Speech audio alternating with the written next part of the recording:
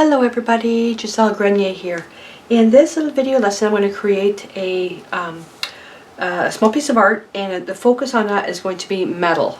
And along with the metal, because it's shiny, we're going to look at finishes of matte and glossy, and the glossy being the metal. So what I've got here is I've got a piece of, and I've prepared a whole whack load of these. Let me just show you. Oh. I've got a whole bunch of them prepared, the blanks, and what happens is as I prepare them, that way they're ready so I don't have to wait for them to dry while doing the lessons, because I'm starting to do these now in real time. I've been asked by a lot more of you that are learning to not edit out a lot of the stuff, to show it in real time, and also shows you how quickly things can be done.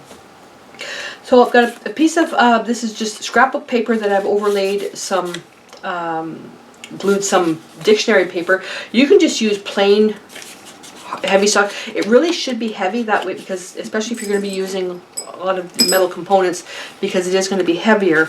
And so actually, why don't I just use this one just to make it real? And I've got one that's already made, so this is what we're going to end up with. So something like this. So I've got this, and then what I need for supplies, and I'm just going to bring them out. And I'll bring them out as I use them. Decor Traditions white gesso to prep the paper, and I'm going to tell you that that may not be necessary. Traditions matte medium, and this is what's going to be used to glue the paper down. And then some paint. I've got Decor Traditions transparent red iron oxide, ultramarine blue, burnt sienna, and then some matte metallics in soft silver, and then some Duraclear Ultra Matte Varnish. This is a polyurethane one. This is indoor, outdoor. Alright. The gesso. You don't necessarily need to use the gesso to prep paper unless it's shiny. So this type of stuff here, like this packaging, one side is just the raw cardboard and the other side is packaging. If I were to want to use this for collage, what I would do is with this I would put some gesso on here, let it dry, then I would glue the paper onto there. Because it's so shiny, the actual matte medium, which is the glue, may not stick properly. The other option is to put a mask on and get some sandpaper and just scuff up the gloss off the paper. And what it looks like, so here, see how shiny that is? Sometimes the paper won't stick to that. But if you scuff it up, and just with matte medium by itself, you can still see there is still a little bit of shine. So by adding between, you can scuff it up, some gesso, some matte medium, it just helps get rid of that shine and helps your paper stick. So if you're working on something shiny, use a combination of the matte medium and gesso just to create that tooth. Because this is raw paper, we don't need to do anything. Now for the collage paper, I'm using the decoupage paper from Deco Art called Vintage Silhouette. And I'm using these really cool keys. And I thought I had a piece already cut out. Oh, okay. I thought I already cut a piece out. I guess not. So why don't we... I swore I had a piece cut out already. So why don't we... And I want the keys going up and down.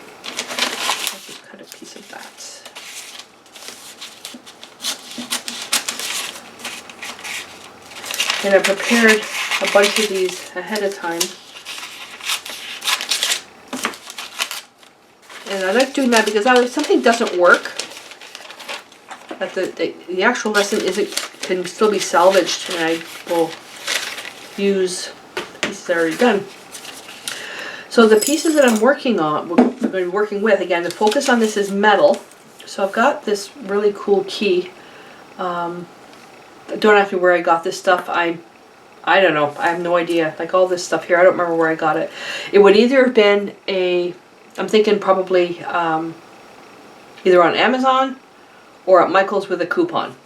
That would have been it. A lot of the stuff at Michael's though we haven't been there in about a year. Since before the pandemic, long before the pandemic. And what Joe would do is he would go off and he would pick some stuff, random stuff, and then I would have to create art with that. So that's probably what this stuff is from. These are paper clips fancy paper clips, and then I got 2 eyelets that are silver. So everything is silver. But we need to make some contrast because you need dark to show light. This isn't enough because it still kind of gets lost. So we're going to be painting that. Alright, so let me just take this stuff.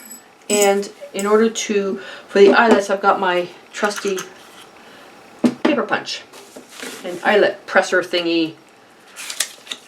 So let's get our matte medium.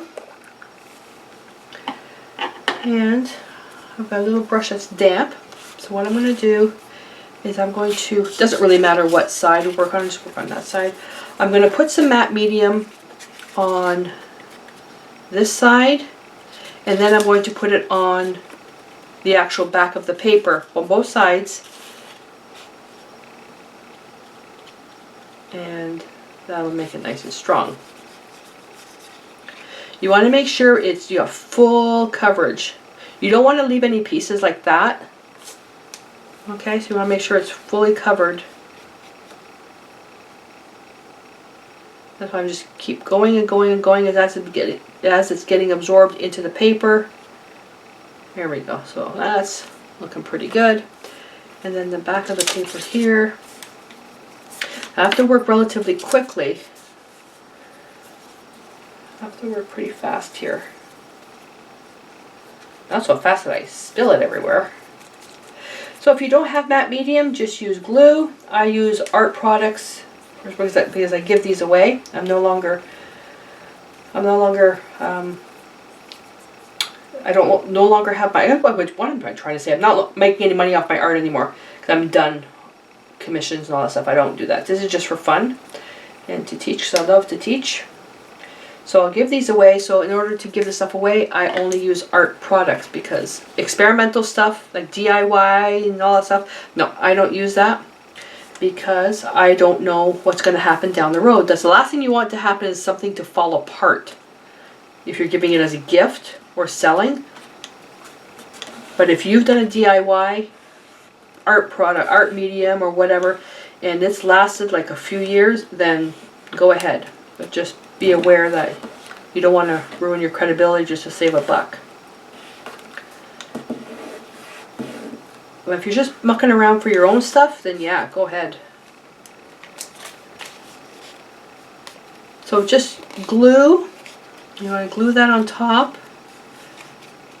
And then you want to let it dry. I don't want to use a heat gun on this because it's in between the layers.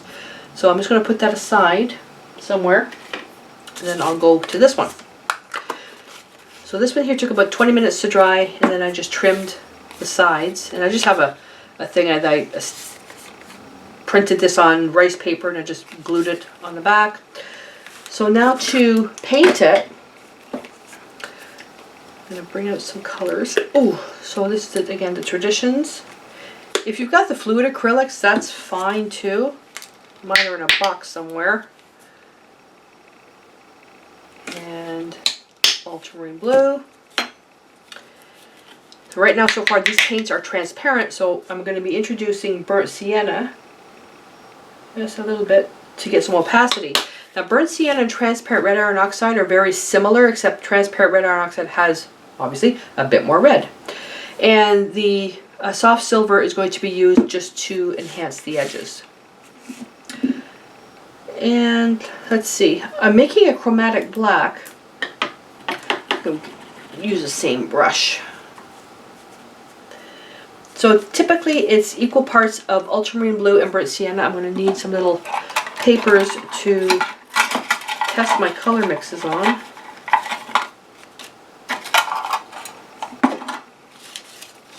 And just to show you.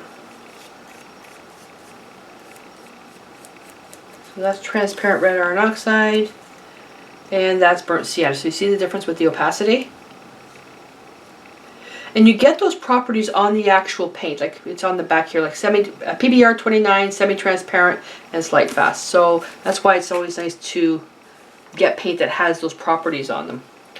So if I know that if I mix the transparent red iron oxide with the ultramarine blue, even though they're close, this has more red, it's going to be more violet. Which is fine. What I'm looking for is a transparent black. Oh, I didn't really need the burnt sienna.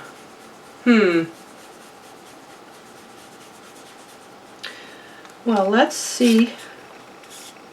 Look at that. I didn't need the burnt sienna. That is absolutely perfect. Okay. So you can just see just a little bit. Okay, so I'm going to paint this.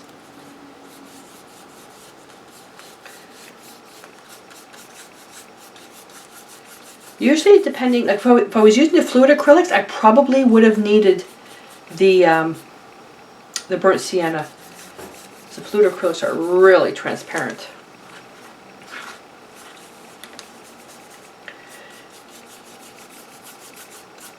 And depending on the finish, like when we're doing this project, I'm looking for a matte finish on this. So when you're painting this, sorry, let me just get this mixed up. So when you're painting this, I'm going to put a little bit more on there. There we go. You have to wait for it to dry to see what the finish is going to be like. And then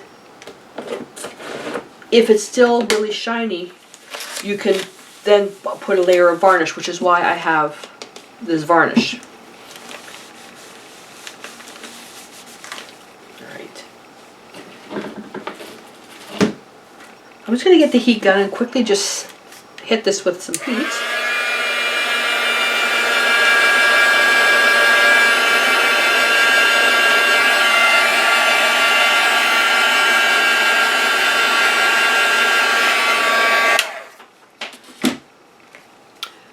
That is really matte. That looks good.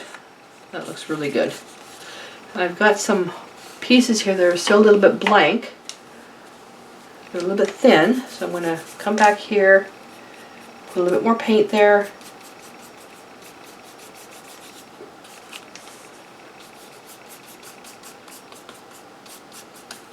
Like that. Hit it with the heat gun.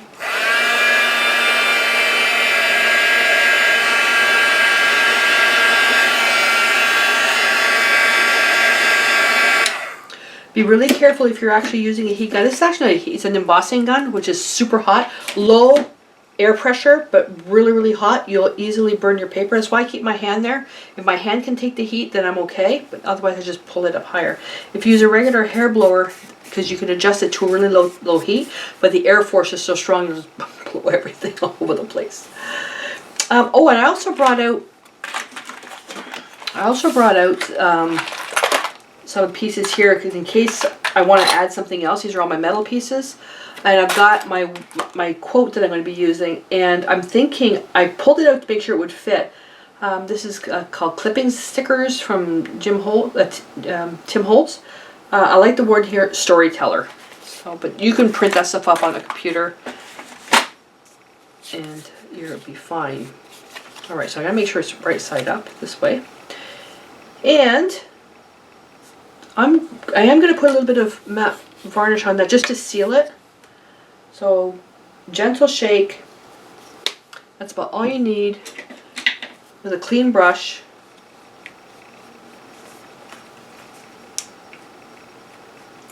And it's just going to add some protection. I've got some goop there. Will not take long to dry. This is just to protect the paper because I'm going to be protect the paper and to make sure it is a full matte finish. Oh, this is gorgeous. Wow. There we go. Looks like velvet. So that's going to go there. Now, so I don't make a mess, let me just push this to the side. Because you know if a mess is going to be made, I am going to make it on camera.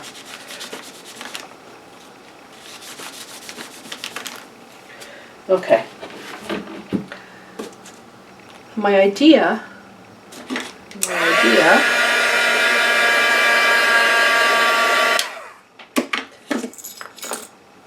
is I'm looking at, so something like that. Then the key on top, got some patterns going on there. And then I'm going to punch that in. Get that out. And that'll go in here. And then the eyelets. What I was thinking about doing is actually putting the eyelets like this. Then the quote here, but there's not a lot happening. So I want a bit more texture out of that. Could I? No, that's too big. I was thinking about just take that. Let me put that in here now. Okay, pencil.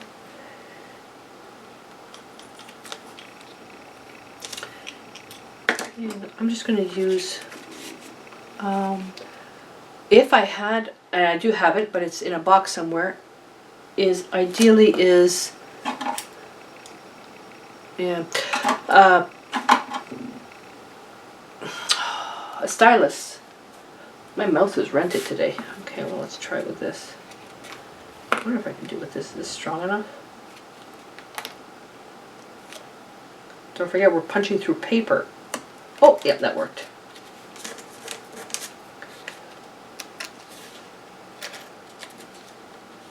Okay, so I'm just going to put that in there.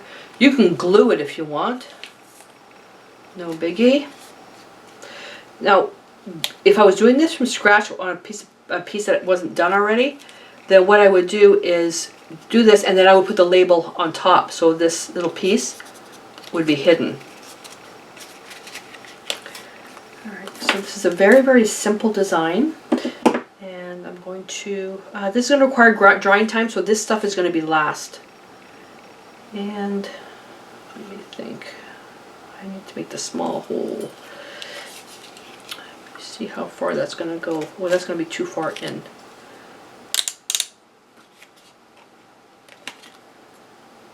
This little measuring tool here. Come on.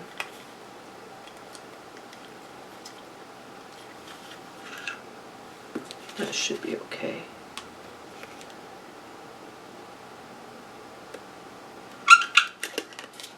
Yep.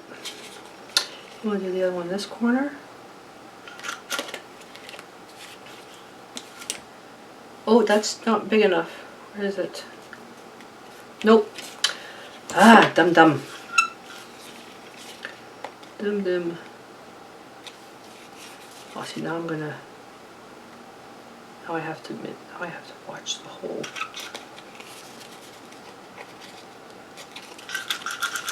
Wasn't paying attention. See, the cheater's way would have been to go to a smaller eyelet. There we go. And this is where, again, once we do this, because the eyelet's being pressure. Did I just lock it? I did. I just locked it.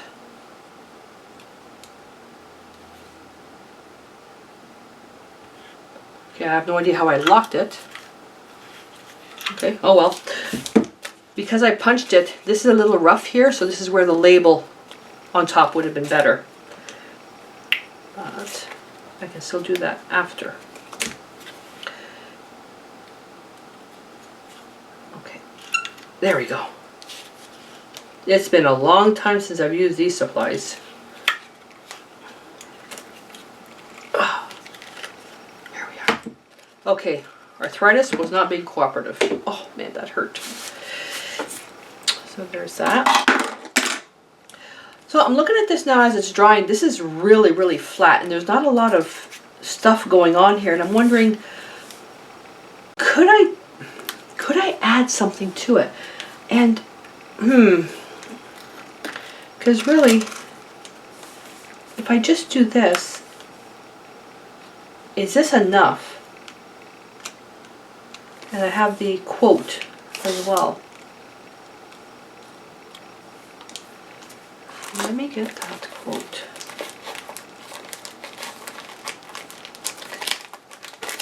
open sesame. I'm thinking that that's not going to be enough. So I've got the Storyteller, and I purposely chose one that was lighter. And I could...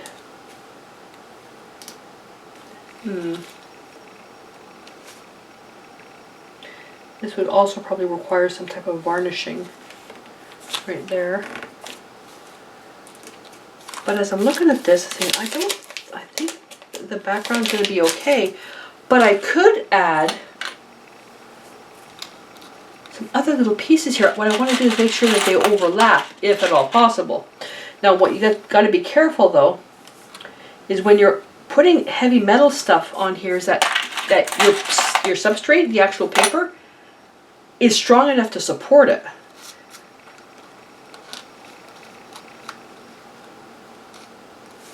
There we go. That just adds a little bit extra room, extra background in there. And I've got a lot of goodies in here. We've got washers. You can pick up this stuff cheap at Home Depot. This is a vintage watch piece. And you know what? I can't remember her name. She sent me all these vintage watch pieces. I have to cut the little pieces because there's little gumby pokey things sticking out here. I have to cut those pieces off. So the lady who gave this to me, if you are watching this video, please jump in, because I lost the piece of paper that had your information on it. Ooh, ooh, ooh, I love that, I love that, I love that. Love that. So 1, 2, 3 with this 4, and I can put that under there just for extra support. I love that. All right. I am not thrilled though that I lost a lot of the background in here. So what's my option? Well, I can come in and, you know, if I had not done all this, I could put another piece of paper on top, which is just add another layer, or look at some stamps. Something super simple. So chicken wire, so Kaiser Craft. Just for a little bit of pattern. And could I do something with this? Well, I am going now. This is so I don't waste time. I am going to stop the video now to go get my stamp pad because I don't want to waste your time while I'm rummaging around. So I'll be back in 1 sec. Okay, came up with another idea. So I was going to use just a black stamp pad for that, but I thought, oh, embossing powder, that would be really cool. I could try to do something with that. I'm not an expert at embossing, so I'm embossing ink. Let me try this one. This is the Ranger one. So what you're supposed to do is put the stamp with this on your piece, then you pour the embossing powder, remove the excess, and then heat it up. So let's try. And I had to wait for the furnace to go off because, well, you know, I'd end up sneezing like a son of a gun.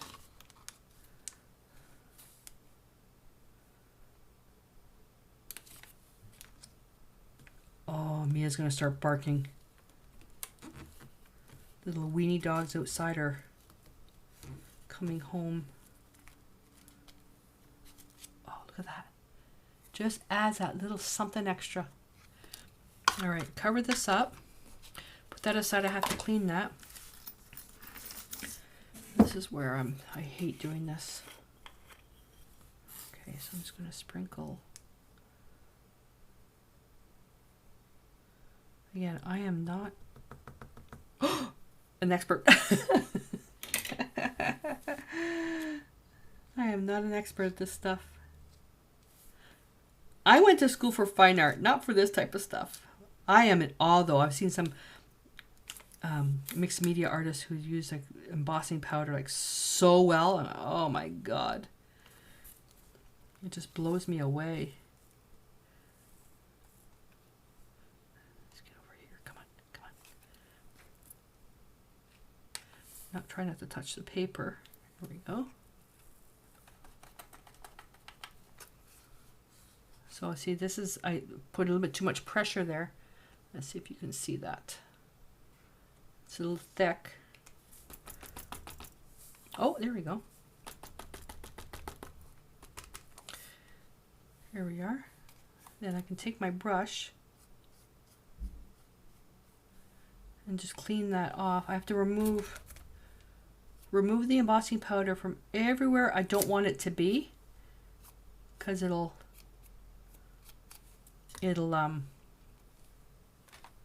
make that pattern.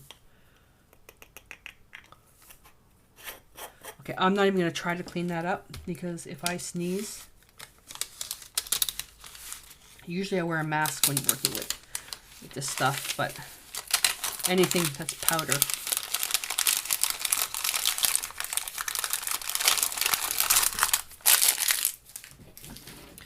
Okay.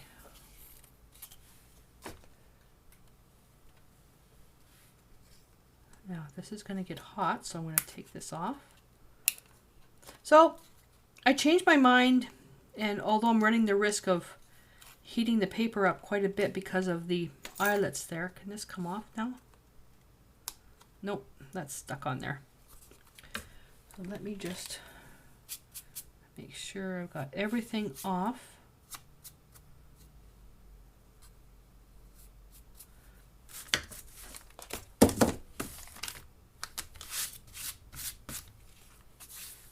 Let me just tap that one more time over the garbage can. All right, so now I'm going to take the heat gun and I'm going to go over that, and then what happens when it gets hot enough, it looks like liquid. Let's see if we can... Oops, that came off.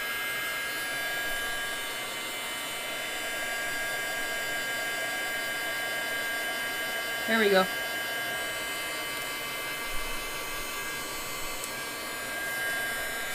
See? Ah, diggity, that's hot. Doesn't take much.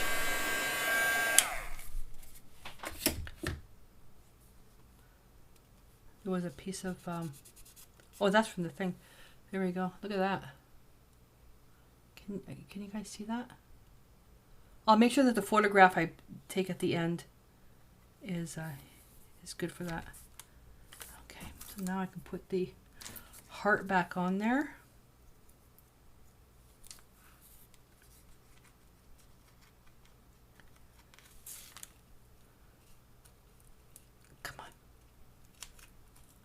You bugger.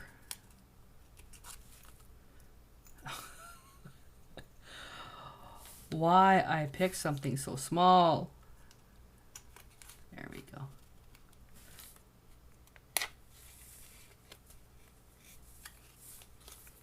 Okay, that already made a huge difference. Do I have to wait? Oh no, that's ready to go. Look at that. That is cool. Now let's see if it made a difference. So 1, 2, 3, and then the key. 1, 2, 3, then the key. Oh yeah, that made a huge difference. And I'm going to have to position that.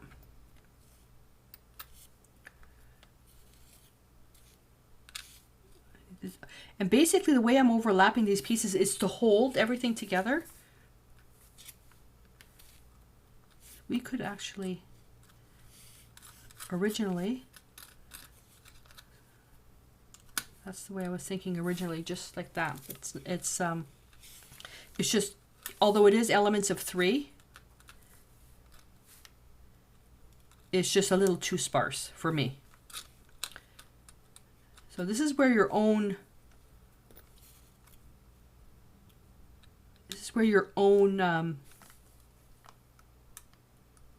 how you want to see stuff, your own likes will come out. And the whole thing, and I picked these specifically the storyteller, so I want this to be able to tell a story. Yeah, that's actually really pretty. Then I'm going to use I was going to use a darker color in the edge. I'm going to use that silver, which will look really good. So the problem with this now is the flippin' drying time. And what do I use to actually glue this down? Well, the matte medium is going to, if I cover the matte medium, so if I use the matte medium on top of this, there's a really good chance that I'm actually going to mattify these lines, and I don't want to take that chance. And I need more control, so I'm going to use the actual liquid glass. And okay, I'm just going to rest my hands on the table. Move that over here. I'm getting a terrible pain in my wrist. And I'm just going to put light coating. I need to take my glasses off. I can't see.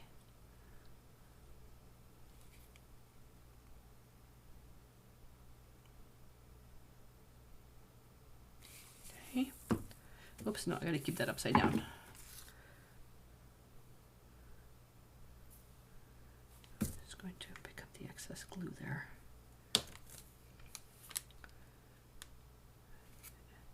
I'm not going to push it down because I still have a little bit of time to work. I did a video, obviously quite a while ago. This one looks different. Quite a while ago, where I actually colored the metal components using alcohol inks, and that was really nice. I really enjoyed doing that. Now the original arrangement, I had these one on top of the other. I don't want it to be perfect like that. And also, if I was selling this, I would take a little bit more time to make sure that the pieces were clean and all that stuff.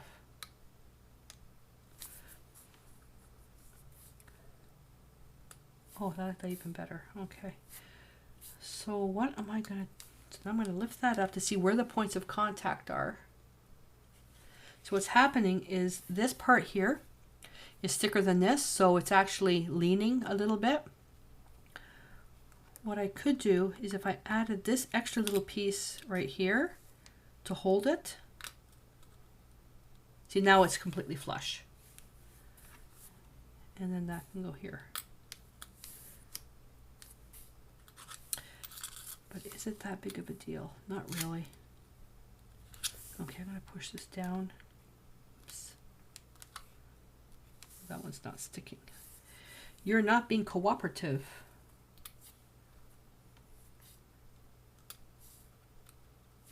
I'm going to put some glue right here.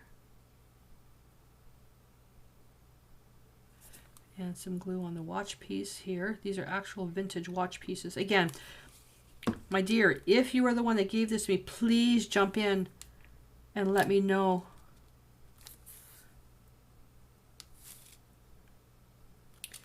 I love all the stuff you guys send me. I try to use it all.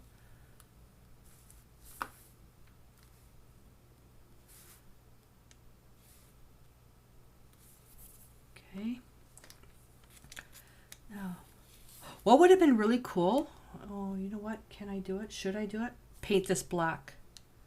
The black on top of the silver. Should I? Oh, that's going to take so much more time. Oh, wait. Could I actually... I'd have to hang that. That might be... I'm going to use this for another experiment later on. If I tie this to a wire and then used the medium and I put medium all over the key and then use the embossing powder, would that work? I wonder if that would work. That's broken. Oh, could I use a bigger key? Ooh, now that color is completely different. A brassy color. Let me see if I have a key that's a little bit more even. Oh, here's something a bit smaller. That's too small. No, I think I'm going to stick with this one.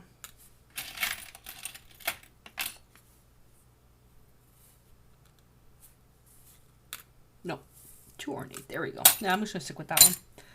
All right, so let's do something here. And let's do something here.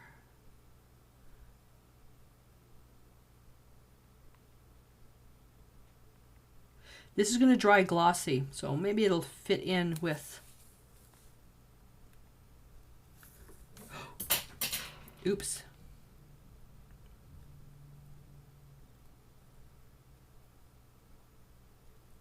And then what I usually do is I'll come in, once this is dry, then I'll come and turn the thing on the side and put some glue underneath.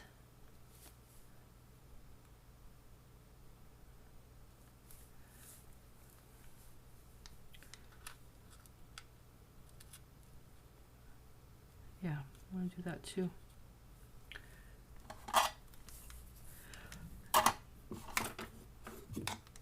I am getting a terrible pain in my shoulder because of all the fiddly stuff I'm doing.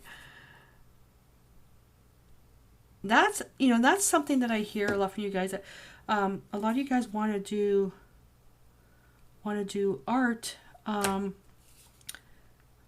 you're stuck with,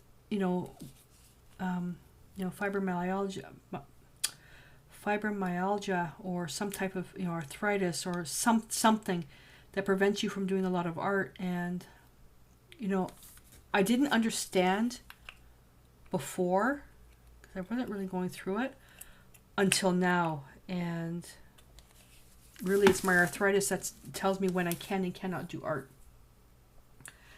So I feel for you guys. There we go. So that's going to take, I would say, probably a couple of hours to dry, but I still can, just to save time. I squeezed that just a little too hard. I love these new matte metallics from Decor. Ooh, love them, love them. I'm going to grab, I've got a little round bristle brush.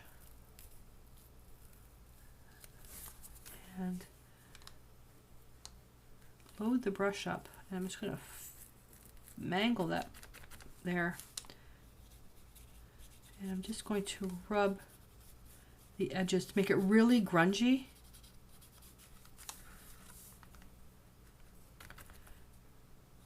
And I'm using it dry on the brush so I don't thin anything out. But what if you're doing this similar to the way I'm doing it, wait for everything to dry before doing this.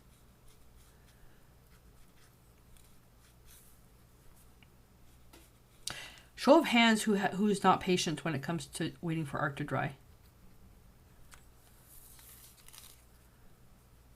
And now with all this stuff on here, the paper that I'm using is also not strong enough because it's starting to bend.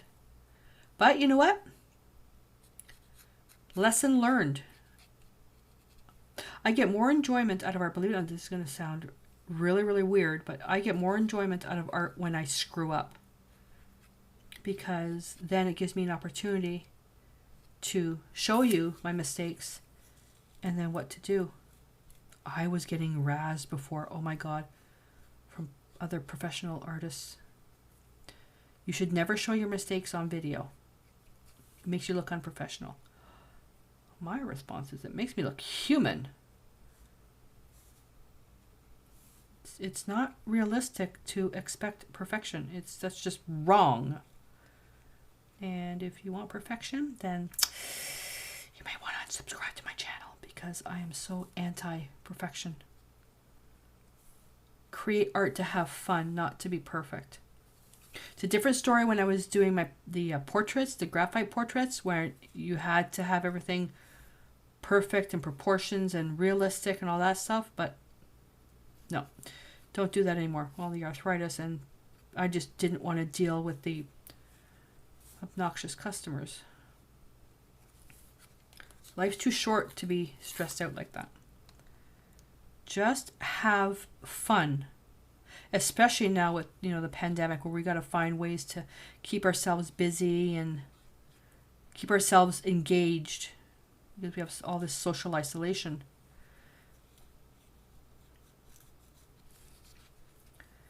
And all I'm doing is I'm building it up, building it up, building it up. Just a nice vintagey. I'm just going to put heavier paint now on the edge so it's not white paper.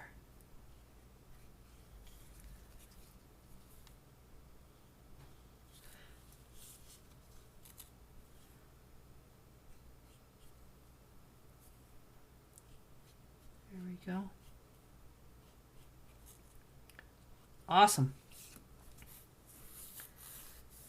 There. This is already starting to set because I was able to flip that around and it wasn't moving. So just to show you that when it's dry, I'll actually turn it sideways and I'll put a few a few drops of the liquid glass inside, right in here, just to make sure it's strong and in there. But the paper is bending a little bit.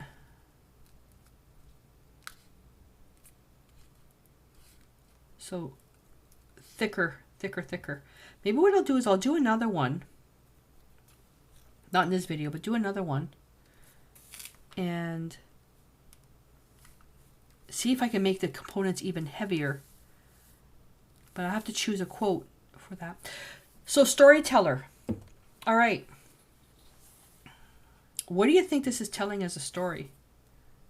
Look past that, you know, it's dark and, you know, it's keys and it may look like steampunk and that. Look past that. Look at the whole piece as a story. You've got a key with a padlock. You've got a clock face. You've got some eyelets. You've got some chicken wire. And you've got a prompt that says storyteller. So I would like to challenge you to create your own artist trading card. Because I don't do these videos just for you guys to watch them and move on. I do these videos to inspire you to create your own pieces. Just watching and not doing anything is a waste of time. Watch and then take action. Do something that at least you get something out of it. So I'd like to challenge you to do your own piece. Find a quote. Even use the quote, the storyteller. And then you can just handwrite or whatever. But create your own little piece that tells a story. Don't tell anybody what the story is, but create your piece that tells a story. And then what to do is in the description below, go to the private Facebook group and post a picture of your piece in there. And then we can take a guess as to what your story is. And then after about a week or so, you can let us know if we're even close. So I'm going to do that with mine. I'd like to see what you guys think of what you think this story is. And if you're already part of the Facebook group, awesome. And thank you so much. So that's that. So in the video, what I'm going to do is I'm going to wait a bit, then I'm going to take a picture, post it so I can add it to the end of the video, and then you guys can see what it looks like completely dry. Alrighty, so I really hope that you enjoy this. I can't wait to see your pieces. So until I see you next time, stay inspired.